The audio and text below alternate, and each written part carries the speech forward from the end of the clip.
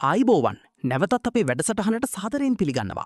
අද අපි කතා කරන්න යන්නේ වසර ගණනාවක් සැඟවුණු අභිරහස් ගුවන් සිද්ධියක් ගැන. 1994දී කසක්ස්තාන් අහසේ අමුතු දෙයක් දැකපු පයිලට් කණ්ඩායමක් ගැන. ඕ මේක සාමාන්‍ය ගුවන් සිද්ධීවක් නෙවෙයි. අත්දැකීම් ගොඩක් තියෙන පයිලට්ලා 3 දෙනෙක්ම මේක දැක්ක කියලා වාර්තා වෙලා තියෙනවා. හරිම රසවත් කොටස මෙතනයි. ඔවුන් කියන විදිහට රාත්‍රී අහසේ හදිසියෙම ඉතා ප්‍රබල ආලෝකයක් පිනිලා තියෙනවා. ඒක සාමාන්‍ය ගුවන් යානයක් වගේ හැසිරුනේ නෑ. අනේ ඕ ඒ වස්තුව අධික වේගයෙන් ගමන් කරලා වටේ කැරකෙමින් කෝක්ස්ක්‍රූ වගේ හැඩවලින් ගමන් කරලා ඉතාමත් ඉක්මන් අංශක 90 හැරීම් කරලා තියෙනවා. ඒක අහනකොටත් සයන්ස් ෆික්ෂන් චිත්‍රපටයක් වගේ නේද? ඒත් කතාව තව ඉවර නෑ. පයිලට්වරු කියනවා ඔවුන් මේ වගේ දේවල් මීට කලින් කවදාවත් දැකලා නැහැ කියලා. උල්කාපාත, ගුවන් යානා, අභ්‍යවකාශ අපද්‍රව්‍ය ඒවා ඔවුන් හොඳටම දන්නවා. ඒ නිසාම ලොකු ප්‍රශ්නයක් මතුවෙනවා. මේක අසාමාන්‍ය ස්වාභාවික සංසිද්ධියක්ද?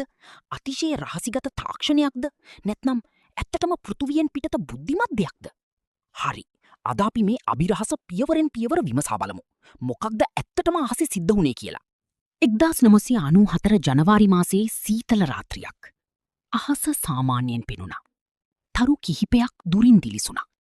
කිසිවෙක් හිතුවේ නැහැ මේ රාත්‍රියේ පසුව වසර ගණනාවක් කතා කරන අභිරහසක් බවට පත්වෙයි කියලා. ඒ වෙලාවේ ටජික් එයා සමාගමේ බෝයින් 747 SP ගුවන් යානයක් කසාක්ස්තාන් අහසට ඉහළින් අඩි 41,000ක පමණ උසකින් ගමන් කරමින් තිබුණා. යානය තුල අත්දැකීම් බහුල පයිලට්වරු සිටියා. ඔවුන් ගුවන් සේවයේ වසර ගණනාවක් සේවය කළාය.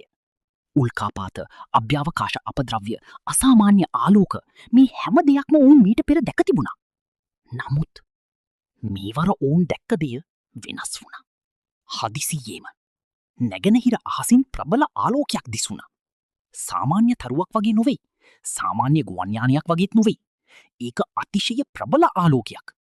දුරින් ආරම්භ වූ ඒ ආලෝකය ඉතා ඉක්මනින් ඔවුන් වෙත ළඟාවෙන්න පටන් ගත්තා. මේක මොකක්ද? සාමාන්‍ය එයාක්‍රාෆ්ට් එකක් නම් නෙවෙයි. ඒ වස්තුව ගමන් කළේ සාමාන්‍ය නීතිවලට අනුව නොවෙයි. ඒ වටා කැරකුණා.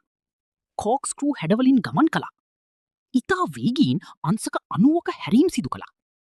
සාමාන්‍ය ගුවන් යානයක් එවැනි චලනයක් කළොත් එහි ව්‍යූහයම විනාශ වීමට ඉඩ තිබුණා. නමුත් මේ වස්තුවට එවැනි සීමාවක් තිබුණා කියලා පේන්න තිබුණේ නැහැ. මේ සිද්ධිය තප්පර කීපයකින් ඉවර වුණේ නැහැ. පයිලට්වරුන් මේ වස්තුව දෙස මිනිත්තු 40ක් පමණ බලා සිටියා. මිනිත්තු 40ක්. ඒ අහසේ අසාමාන්‍ය රටා අඳිමින් ගමන් කළා. ප්‍රධාන පයිලට් එඩ් රෝඩ්ස් තම පොකට් කැමරාවකින් ඡායාරූප කීපයක් ගන්න උත්සාහ කළා. ඉන්පසු එම වස්තුව හදිසියෙන්ම ඍජු මාර්ගයකින් අතිශය වේගයෙන් ගමන් කරලා අහසේ අතුරුදහන් වුණා. හැමදේම ඉවරයි කියලා උන් හිතුවා. නමුත් ඒක ඉවර වුණේ නැහැ. හිරු උදා වීමට ආසන්න වෙලාවේ ඔවුන්ට අහසේ ඉතිරි වූ අමුතු සලකුණු පෙනුණා. කොන්ට්‍රේල්ස්. ඒ කියන්නේ සාමාන්‍යයෙන් ගුවන් යානා පිටුපස ඇතිවන වායු රේඛා. නමුත් මෙහි ප්‍රශ්නයක් තිබුණා. ඒවා අඩි ලක්ෂයක් පමණ ඉහළ උසක තිබුණා කියලා පයිලට්වරු අනුමාන කළා. එවැනි උසකදී සාමාන්‍ය ගුවන් යානාවලට එවැනි සලකුණු ඇතිවීම අසාමාන්‍ය දෙයක් බව උන් සඳහන් කළා. තවද එම සලකුණු වට, කැරකීම් සහ අමුතු හැරීම්වල හැඩයම අනුගමනය කරමින් තිබුණා. සමහරු කිව්වා සමහර විට ඒක උල්කාපාතයක් වෙන්න ඇති. නමුත් පයිලට්වරු එකඟ වුණේ නැහැ. ඔවුන් පැවසුවේ අපි අවුරුදු ගණනාවක් අහසේ පියාසර කරලා තියෙනවා. උල්කාපාත දහස් ගණනක් දැකලා තියෙනවා. මේක ඒ වගේ දෙයක් නෙවෙයි. තනින් පසුව ප්‍රධාන පයිලට්ගේ මතය තවත් විවාදයක් ඇති කළා. ඔහු සිතුවේ මේ බුද්ධිමත්ව පාලනය වන පෘථිවියෙන් පිටත ආරම්භයක් ඇති වස්තුවක් විය හැකි බවයි. අදටත් ඒ රාත්‍රියේ ඔවුන් ඇත්තටම දැක්කේ මොකක්ද කියලා කිසිවෙක් නිශ්චිතව දන්නේ නැහැ. අලුත් තාක්ෂණයක්ද? ස්වාභාවික සංසිද්ධියක්ද? නැත්නම් අපි තවමත් තීරුම් ගන්න නැති දෙයක්ද? තීරණය ඔබට.